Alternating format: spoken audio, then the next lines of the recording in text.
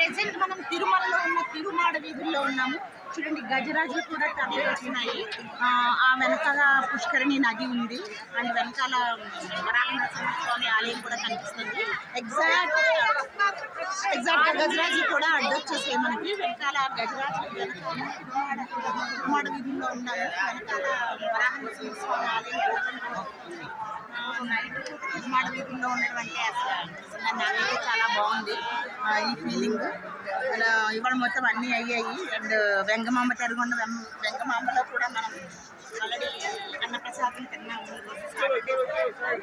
And స్వామివారి ఉత్సవాలు ఏవో జరుగుతున్నాయి కాబట్టి నార్మల్గానే స్వామివారు అంటే చాలా ఇదిగా ఉంటారు. ఆయన నిత్య కళ్యాణం జరుగుతూనే ఉంటుంది ఆయనకి.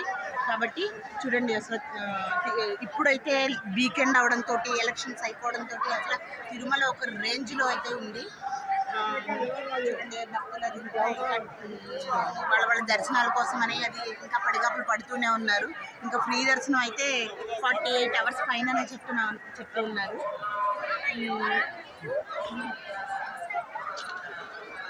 ఇప్పుడున్న ప్రెసెంట్ ఇది వరాహనరసింహస్వామి ఆలయం కూడా బంగారు వర్ణంలో ఉంది. ఇక్కడ చూడండి, స్వామివారు అలా బంగారు వర్ణంలో మెరిసిపోతూ ఉన్నారు. చాలా కనిపించేంత వరకు జన కోలాహలం అసలు నిజంగా ఇక్కడ ఏదైనా కళ్యాణం జరుగుతుందా అన్నట్టుగా ఉంది. అక్కడ శ్రీగ్రీవ గుడి ఆలయం కూడా కనిపిస్తుంది మనకి దూరంగా మనం చూసుకున్నట్లయితే.